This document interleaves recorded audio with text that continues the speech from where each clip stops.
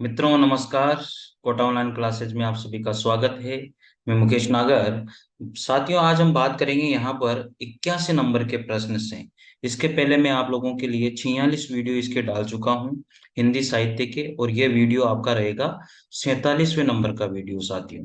तो साथियों, मेरे हिसाब से आपको बहुत अच्छे प्रश्न लग रहे होंगे, और टेलीग्राम चैनल पर आप जुड़ सकते हैं। इसकी पीडीएफ आपको वहां पर मिल जाएगी। और ये जो वीडियो है, ये आपकी लाइफ को चेंज करने वाले वीडियो साथियों। और आपको अगर ये प्रश्न अच्छे लगे हैं, आपको ये वीडियो पहली बार मिलता है, तो जरूर से जरूर चैनल को जरूर सब्सक्राइब कर लीजिए साथियों, ताकि आप जो है अपनी सफलता में चार चांद लगा सके साथियों।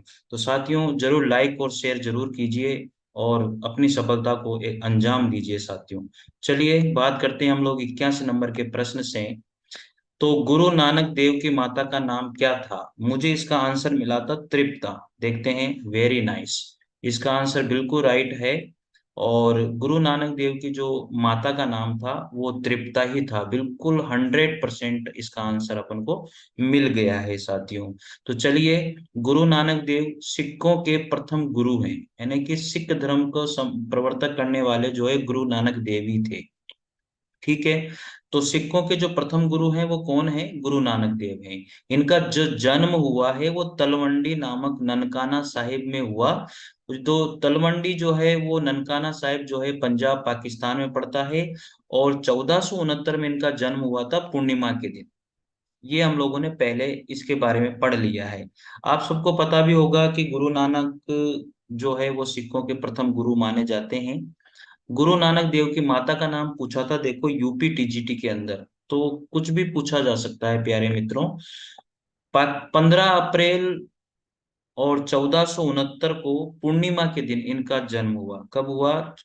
इन कार्तिक पूर्णिमा थी साथियों। कौन सी पूर्णिमा थी? कार्तिक पूर्णिमा के दिन इनका जन्म हुआ था। 15 अप्रैल 1469 को कार्तिक पूर्णिमा के दिन इनका जन्म हुआ। तो ये बात आपको याद रखनी है। ठीक है भाई, आ जाता है। इनका निधन हुआ सितंबर 1539 में। इनका निबंध क्या, निधन जो हुआ है वो सितंबर 1539 में हुआ है। कहां पर हुआ है? करतारपुर में, याद रखिएगा। जन्म तो हुआ था तलवंडी, वर्तमान में ननकाना साहिब कहते हैं उसको, जो पंजाब पाकिस्तान में पड़ता है। और हुआ था जन्म 15 अप्रैल 1469 को। ठीक है। निधन हुआ सितंबर 1539 को करतारपुर में। ठीक है। इनके पिता का नाम मेहता कालू। क्या नाम है पिता का? मेहता कालू। और माता का क्या नाम है? तृप्ता देवी। याद रखो, याद रखो प्यारे मित्रों। चलिए, इनके बहन का नाम था नानकी। क्या नाम है इनकी बहन का? नानकी। तो एक बार मैं फिर रिवाइज कर देता हूँ। गुरु नानक देव जो है सिखों के प्रथम गुरु थे। इनका जन्म तलवंडी, वर्तमान ननकाना साहिब कहते हैं, जो पंजाब पाकिस्तान में पड़ता है। और 15 अप्रैल 1469 को जो है कार्तिक पूर्णिमा के दिन इनका जन्म हुआ। इनका जो निधन हुआ सितंबर 1539 को करतारपुर में हुआ। इनके पिता का नाम मेहता कालू था और माता का नाम तृप्ता देवी था। बहन का नाम नानकी था। तो याद हो जाएगा मेरे हिसाब से। इनके द्वारा जो भी ग्रंथ लिखे गए हैं, जपू जी, नानक दर्शन का सार इसमें लिखा गया है। आस दीबार, रहीरास, सोहिला और नसीहतनामा जो खड़ी बोली में लिखा गया है। तो ये इनके द्वारा लिखित ग्रंथ हैं। 5 लिखित ग्रंथ है इनके द्वारा लिखे हुए। जपू जी इनका मुख्य ग्रंथ माना जाता है। रहीरास भी है, आस दीवार, सोहिला, नसीहतनामा। तो साथियों याद रख लीजिएगा, आप किसी भी स्टेट में चाहे कोई सा भी एग्जाम दे रहे हो, और वहां पर अगर उस एग्जाम में हिंदी साहित्य के इतिहास का सिलेबस है, तो ये क्वेश्चन आपके लिए मतलब 100% सूटेबल क्वेश्चन है। आप प्लीज इनकी वीडियो दर वीडियो इनकी तैयारी कीजिए, नोट्स बनाइए, रजिस्टर लेके बैठिए साथियों। मैं गारंटी देता हूं ऐसे प्रश्न आपको नहीं मिलेंगे। प्लीज आप मानिए मेरी बात को। और टेलीग्राम चैनल पर जुड़ जाइए, डिस्क्रिप्शन में इसका लिंक है, ताकि आपको इसकी पीडीएफ मिल सके। ठीक है साथियों, और नोटिफिकेशन आपको मिल सके। अगला प्रश्न है 82 नंबर का प्रश्न। अमतो भक्ति मुक्ति में आया, गुरु पर साध राम गुण गाया, पंक्तियां जो है किस ग्रंथ से ली गई हैं? अमतो भक्ति मुक्ति में आया, गुरु प्रसाद राम गुण गाया। ये पंक्तियां जो है साथियों किस ग्रंथ से ली गई है? तो सबको पता है कबीर की परचय। किस ग्रंथ से ली गई है? कबीर की परचय ग्रंथ से ली गई है। साथियों, आपका मुझे बहुत सपोर्ट मिल रहा है और आप भी मुझे प्रोत्साहित कर रहे हो, इसके लिए आपको बहुत बहुत दिल से थैंक यू। चलिए साथियों, आप लोग जरूर सब्सक्राइब कीजिए, लाइक और शेयर दबा के शेयर कीजिए साथियों, ताकि और को भी बेनिफिट मिल सके और आपको भी मिल सके। हम तो भक्ति मुक्ति में आया, गुरु प्रसाद राम गुण गाया। ये पंक्तियां किस ग्रंथ से ली गई है? कबीर की परिचय ग्रंथ से ली गई है। उक्त काव्य पंक्तियां प्रसिद्ध ग्रंथ कबीर की परिचय से ली गई है, जिसके रचनाकार कौन थे? श्री अनंत दास जी थे। साथियों, याद रखना कि जो अमतो भक्ति मुक्ति में आया, तो कैसे याद करेंगे? हम तो भक्ति मुक्ति में आया, यानी कि जो कबीर दास जी थे वो ये कहते हैं कि हम तो भक्ति जो है ऐसे मुक्त में मिल गई थी।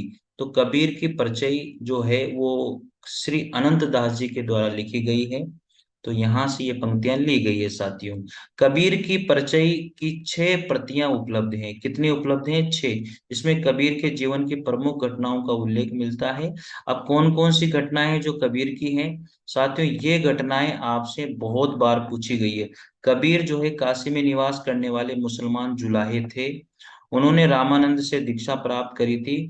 सिकंदर शाह ने कबीर पर अनेक अत्याचार किए। ये समस्त ग्रंथ जो है चौपाई और दोहों में लिखा गया है। जो कबीर की जो परचई है, जो ग्रंथ श्री अनंत दास जी ने लिखा है, ये ग्रंथ की जो है ना 6 प्रतियां उपलब्ध है साथियों।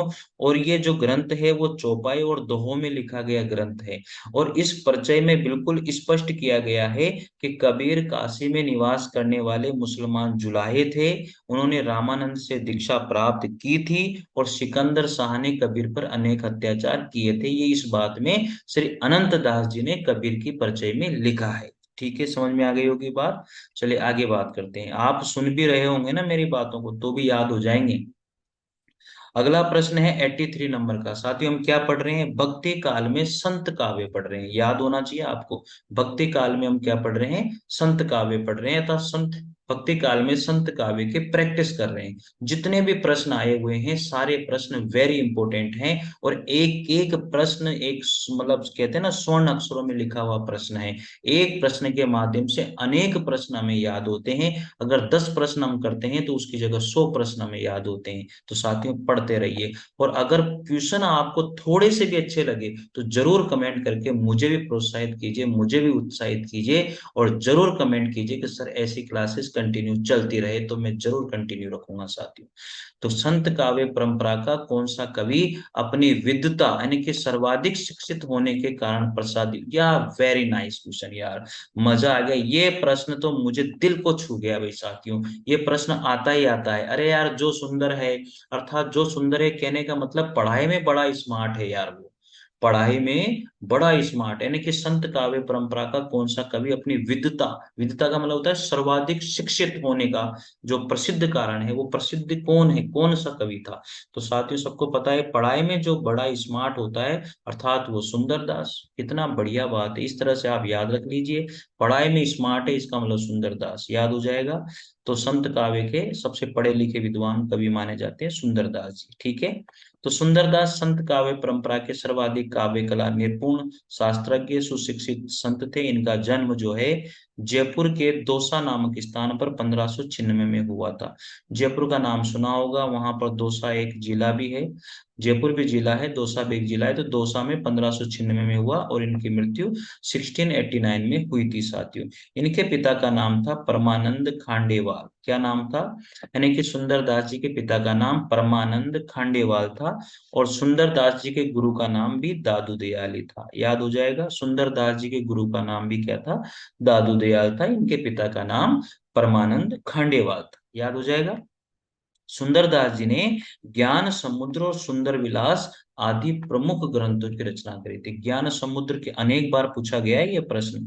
ज्ञान समुद्र जो है किसका है, तो समुद्र से सुंदर, इस तरह से याद रख लीजिएगा। ज्ञान समुद्र किसका है, सुंदरदास का है। तो याद हो जाएगा ज्ञान समुद्र, स से स याद हो जाएगा, समुद्र सुंदर, समुद्र सुंदर, तो स आ रहा है दोनों में, तो याद हो जाएगा। ज्ञान समुद्र किसका है, सुंदरदास का है। सुंदर विलास में तो सुंदर आ ही रहा है, तो याद होने में कोई कठिनाई है ही नहीं, हो जाएगा ना याद। चलिए आगे बढ़ते हैं। 84 नंबर का प्रश्न है, कबीर कूता राम मुतिया मेरा नाव, नाव गले राम की जेवड़ी, जित खींचे तित जाऊं। ये रे यार, ये तो मतलब यूं मान के चलिए कितना बढ़िया प्रश्न है। कबीर कूता राम मुतिया मेरा नाव, गले राम की जेवड़ी, जित खींचे तित जाऊं। ये तो कबीर दास जी ने बात कही है भैया, ठीक है। और कबीर, ये मतलब आत्मसमर्पण वाली बात है। यहाँ पर कबीर दास जी ऐसा कहना चाहते हैं कि वो बिल्कुल आत्मसमर्पित कर दिया उन्होंने, किसको, भगवान के प्रति, ठीक है। वैसे निर्गुण माने जाते हैं, निर्गुण काव्यधारा के प्रतिनिधि कवि माने जाते हैं कबीर दास जी, लेकिन देखिए यहाँ पर आत्मसमर्पण कर रहे हैं, उनकी मानसिकता ऐसे व्यक्त की गई है इसमें, ठीक है। कबीर जो है अरबी भाषा, कबीर जो एक शब्द है ना कबीर, ये अरबी भाषा का शब्द है। कितनी बढ़िया बात है, मेरे हिसाब से आपको पता ही नहीं होगा ये, ठीक है ना। तो कबीर जो है वो अरबी भाषा का शब्द है, जिसका अर्थ महान और श्रेष्ठ होता है। लिख लेना, लिख लेना अपनी कॉपी में, ठीक है। कबीर दास जी ने इसमें आत्म समर्पण की मानसिकता व्यक्त की है। कबीर जो है, प्रस्तुत जो दोहा है वो भक्ति काल की निर्गुण काव्यधारा के प्रतिनिधि कबीर दास के द्वारा रचित है। और कबीर जो शब्द है वो अरबी भाषा का शब्द है, जिसका अर्थ होता है महान या श्रेष्ठ, ठीक है। याद हो जाएगा, वो याद तो हो ही गया होगा। चलिए 85 नंबर का प्रश्न है, कै बिरहिन कु मीच दे, के आफा दिखलाई, आठ पहर का दाजना, मोपे सहा न जाए। याद कर लो। अरे भैया, यूजीसी नेट का पेपर हो, चाहे चाहे आरपीएससी का पेपर हो, चाहे बीपीएससी का पेपर हो, चाहे यूपीएससी का पेपर हो, अरे कोई सा भी पेपर हो भैया, किसी भी स्टेट का पेपर हो जहां पर हिंदी साहित्य आता है ना, दम भर के ये क्वेश्चन वहां पर आपके काम आएंगे, ये सोच लेना आप। चाहे आप आरपीएससी में प्रोफेसर का पेपर दे रहे हो ना, उसके लिए भी प्रैक्टिस कर लो। और अभी बिहार में निकली हुई वैकेंसी है पीजीटी टीजीटी की, वहां तो 100% इनसे बाहर क्वेश्चन जाने वाले नहीं है, सोच लेना। इन पंक्तियों में प्रेम की किस स्थिति का वर्णन हुआ है, देखे, के बिरहिन को मीच दे, के आफा दिखलाई, आठ पहर का दाजना, मोपे सहा न जाए। इन पंक्तियों में प्रेम की किस स्थिति का वर्णन किया गया है, विरह की अतिशयता। इसमें विरह की अतिशयता जब बार बार पढ़ोगे तो पता लग जाएगा यार, इसमें विरह की अतिशयता बताई गई है। तो ये भी कबीर दास जी की ही पंक्तियां हैं साथियों। किसकी पंक्तियां, कबीर दास जी बड़ा तगड़ा बोलते थे यार, लिखी तो उन्होंने कुछ नहीं है।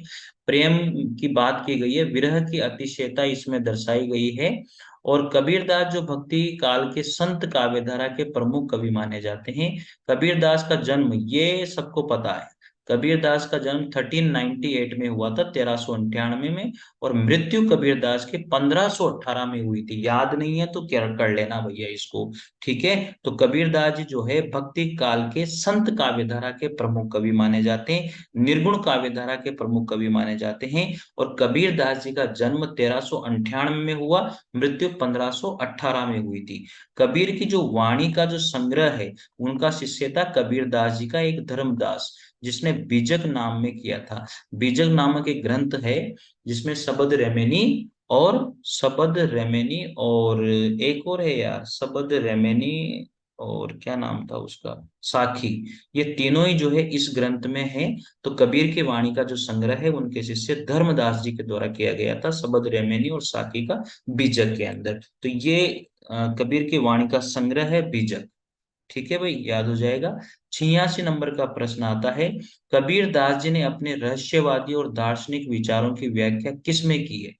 तो ये रही बात। देखो कबीरदास जी के बारे में अपने बहुत पहले बहुत कुछ पढ़ा, जबरदस्त पढ़ा, रहीमदास जी के बारे में, कबीरदास जी के बारे में। तो मैंने आपको वहां पर बोला था, आप याद कर लीजिए कि किस किस में क्या क्या है, रेमेनी में क्या है, साखी में क्या है, शबद में क्या है। जब आप वो पहले वाले वीडियो देखोगे ना, तो ये क्वेश्चन आएंगे उनमें, ठीक है ना भाई। कबीर दास जी ने अपने रहस्यवादी और दार्शनिक विचारों की व्याख्या किसमें की है? तो ये बात आपको याद होनी चाहिए। 86 नंबर का प्रश्न है, इसमें ए ऑप्शन है। कबीर की वाणियों का जो संग्रह है उनके शिष्य धर्मदास जी ने बीजक में किया था, जो सन 1464 में किया था। ये भी याद रख लो, कब किया था? सन 1464 में किया था। बीजक के तीन भाग हैं, साकी, शबद और रमेनी। रमेनी में जो है कबीर के द्वारा जो है रहस्य, यहाँ र से र आ रहा है, रमेनी और रहस्य, रमेनी रहस्य, तो र से र मिला लो, याद हो जाएगा। रमेनी में क्या है? रहस्यवाद है। दार्शनिक विचारधारा को संकलित किया गया है। रमेनी में जो है चौपाई छंद ही प्रयुक्त हुआ है। रमेनी में कौन सा छंद है? चौपाई छंद। देखिए अगला प्रश्न आता है, कबीर दास की भाषा कैसी थी? ये सबको पता है, ऐसा कोई नहीं है बंदा जो हिंदी साहित्य के इतिहास की तैयारी कर रहा हो और ये प्रश्न उसको पता नहीं हो। कबीर दास की जो भाषा शैली है वो कैसी थी? सदुकड़ी भाषा थी। कैसी भाषा थी इनकी? सदुकड़ी भाषा थी। तो आचार्य हजारी प्रसाद द्विवेदी ने कहा था कि कबीर दास जी की जो भाषा है वो सदुकड़ी भाषा, पंचमेल खिचड़ी भाषा है। और कबीर दास जी जो है वो भाषा के डिटेक्टर माने जाते हैं, ऐसा आचार्य हजारी प्रसाद द्विवेदी कहते हैं साथियों। तो ठीक है, कबीर दास की भाषा सदुकड़ी, जिसे हम पंचमेल खिचड़ी के नाम से भी अभिहित किया है। कबीर दास ने पूरे देश का भ्रमण किया था, उन्होंने औपचारिक शिक्षा नहीं पाई थी। देश के अलग अलग भागों की भाषा कबीर दास के यहाँ आकर मिश्रित हो जाया करती थी। ये देखो लिखा हुआ है, कबीर दास जी को आचार्य हजारी प्रसाद द्विवेदी जी ने, याद रख लेना प्यारे साथियों, आचार्य हजारी प्रसाद द्विवेदी जी ने कबीर दास जी को जो है भाषा का डिटेक्टर, भाषा का बादशाह, भाषा का तानाशाह, इसका मतलब ये है, ये कहा किसने? आचार्य हजारी प्रसाद द्विवेदी जी के द्वारा। चलिए अगला प्रश्न यहाँ पर पढ़ते हैं, पहान पूजे हरि मिले तो मैं पूजूं पहाड़। अरे देखो कितनी बढ़िया बात कही है कि पहान पूजे हरि मिले तो मैं पूजूं पहाड़। अरे भैया जब मैं पत्थर को पूजने पर भगवान मिल जाएंगे तो मैं तो पहाड़ को पूजने लग जाऊं। ऐसा कहने वाले कौन थे? ऐसा कहने वाले भी कबीर दास जी थे। ये पंक्तियां भी कबीर दास जी की रही है। तो पहान पूजे हरि मिले, मैं पूजूं पहाड़, किसने? कबीर दास जी ने बोला है ऐसा। भक्ति काल की निर्गुण काव्य धारा के ज्ञानाश्री शाखा के कवि कबीर दास का जन्म आप सबको पता है कब हुआ था भैया? 1398 ईस्वी में जन्म हुआ। ठीक है। डॉक्टर बच्चन सिंह ने लिखा है, क्या लिखा है कबीरदास जी के बारे में? डॉक्टर बच्चन सिंह ने लिखा है, हिंदी भक्ति काव्य का प्रथम क्रांतिकारी पुरस्कृता कबीर हैं। अरे बाप रे, कितनी जबरदस्त बात लिखी है भाई, नोट कर लो यार, नोट कर लेना। मतलब मैं आपको बता दूं, मैं बार बार हर वीडियो में बोलता हूँ, जब इन प्रश्नों को मैं पढ़ता हूँ ना, मेरा जोश जो है ना इतना तगड़ा हो जाता है साथियों, कि मतलब क्या बताऊं यार, पढ़ाता रहूं मैं। मतलब इतने तगड़े प्रश्न हैं, इतने तगड़े प्रश्न हैं, इतनी व्याख्या तगड़ी इनकी की गई है। एक एक प्रश्न जो है ना मोतियों की तरह पिरोया गया प्रश्न है। आपको कैसा लगता है जरूर कमेंट कीजिए यार, और लाइक और शेयर जरूर कीजिए।